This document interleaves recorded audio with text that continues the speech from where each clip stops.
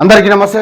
ముందుగా జాతీయ పత్రికా దినోత్సవ శుభాకాంక్షలు తెలియజేస్తూ ఒక జర్నలిజం పైన కొన్ని వాస్తవాలు అయితే నేను చెప్పదలుచు. అవి ఏంటంటే అసాంఘిక శక్తుల బందీలో ఈ జర్నలిజం అనేది కూరుకుపోయిందని కూడా ప్రజాగళాన్ని అణిచివేస్తున్నటువంటి ఈ పేడ్ యూట్యూబ్ ఛానళ్లు ఒకప్పుడు ప్రజాస్వామ్యానికి నాలుగో స్తంభంగా పరిగణించబడింది. నిజం కోసం నిస్సహాయుల తరపున నిలబడి పాలకులను ప్రశ్నించే ధైర్యం దీని సొంతం. కానీ నేటి డిజిటల్ యుగంలో ముఖ్యంగా యూట్యూబ్ వేదిక పుట్టుకొచ్చినటువంటి కొన్ని ఛానళ్ల కారణంగా జర్నలిజం తన విలువలను కోల్పోయి అసాంఘిక శక్తుల మరియు రాజకీయ పార్టీల బందీగా మారుతుందని కూడా చెప్పవచ్చు. ఈ యూట్యూబ్ ఛానళ్లు నేడు వార్తలను ప్రజల్లోకి తీసుకెళ్లడంలో ప్రధాన పాత్ర పోషిస్తున్నప్పటికీ వీటిలో అధిక భాగం ఆర్థిక ప్రయోజనాల కోసం లేదా రాజకీయ అజెండాలకు లోబడి పనిచేస్తా ఉన్నాయి. ఈ పేడ్ యూట్యూబ్ జర్నలిజం వల్ల జరుగుతున్న అనర్థాలు ఇన్ని కాదు, చాలా ఉన్నాయి. ఇక్కడ నిజం కన్నా డబ్బే ముఖ్యం. పేడ్ న్యూస్ సిడ్రమ్. కొన్ని యూట్యూబ్ ఛానళ్ల నిర్వాహకులు వార్తలను కేవలం వ్యాపార వస్తువుగా చూస్తున్నారే తప్ప వీరు తమ ఛానల్లో ఒక రాజకీయ నాయకుడిని లేదా ఒక పార్టీని ప్రమోట్ చేయడానికి లేదా ప్రత్యర్థులను దెబ్బతీయడానికి భారీ మొత్తంలో డబ్బు తీసుకుంటున్నారు. అసలు నిజమైన వార్తలు ఎక్కడ ఉన్నాయి? అవి పక్కకు నెట్టివేయబడతా ఉన్నాయి. ప్రయోజిత కంటెంట్ కోసం ఇది ఒక వార్త అనే ముసుగులో ప్రేక్షకులను మోసగిస్తా ఉన్నారు. ఇలా పార్టీల కోసం బీటీ మీడియా ఏర్పడి చాలా యూట్యూబ్ ఛానళ్ళు ప్రత్యేకించి ఒక రాజకీయ పార్టీకి కొమ్ము కాస్తూ పనిచేస్తూ ఉన్నాయని అందరికీ తెలిసిన విషయమే. ఇవి ఆ పార్టీ నాయకుల తప్పులను కప్పిపుచ్చి వారి విజయాలను మాత్రమే అత్యున్నతంగా చూపిస్తాయి. అదే సమయంలో ప్రత్యర్థి పార్టీల నాయకులపై నిరాధారమైనటువంటి ఆరోపణలు చేయడం, వారి ప్రతిష్టను దిగజార్చడం కోసం ప్రధాన లక్ష్యంగా పెట్టుకొని మరీ పనిచేస్తూ ఉన్నాయి. ఇది పూర్తిగా కరువైంది.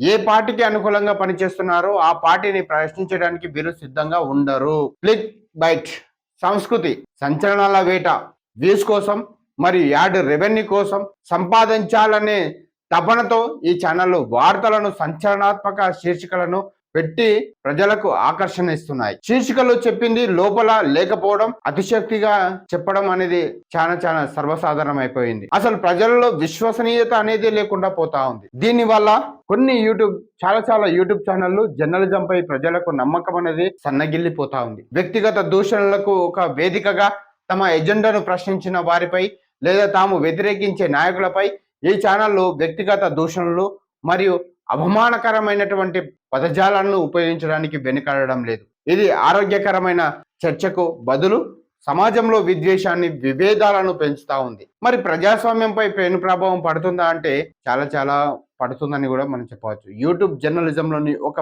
పేడ ధోరణులు ప్రజాస్వామ్యం పైన తీవ్రమైన ప్రభావం చూపుతున్నాయని కూడా చాలా మంది అంటా ఉంటారు. ఎన్నికల సమయంలో ఈ పేడు ప్రచారాలు ప్రజల తీర్పును తప్పుదోవ పట్టించి సరైన అభ్యర్థిని ఎన్నుకోవడంలో కూడా అడ్డుగా నిలుస్తున్నాయని కూడా చాలా మంది విశ్లేషకులు అభిప్రాయపడతా ఉన్నారు.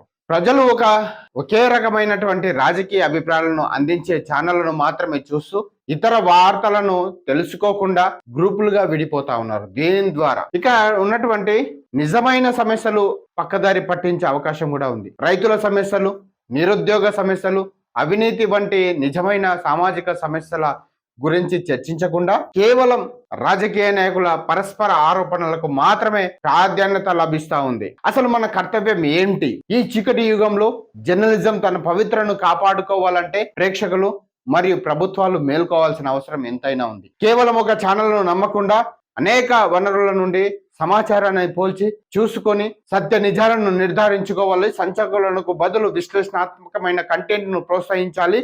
పేడ్ న్యూస్ మరియు దేశపూరిత ప్రసారాలను అరికట్టడానికి కఠినమైన చర్యలు తీసుకురావాలి మరియు డిజిటల్ ప్లాట్ఫామ్లలో జవాబుదారీతనం పెంచాలి. అసలు నిజమైన జర్నలిస్టులు ఎవరు? ఒత్తిడికి లొంగకుండా విలువలతో కూడిన జర్నలిజాన్ని నిలబెట్టడానికి కృషి చేయాలి. జర్నలిజం బ్రతికి ఉంటేనే ప్రజాస్వామ్యం మనగలుగుతుంది. లేదంటే ఆ అసాంఘిక శక్తుల బందిలో డబ్బుకు అమ్ముడుపోయిన మీడియా వల్ల ప్రజాగలం శాశ్వతంగా మూగబోతా ఉంది.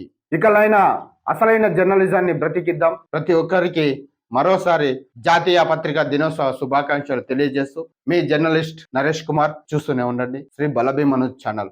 ధన్యవాదాలు.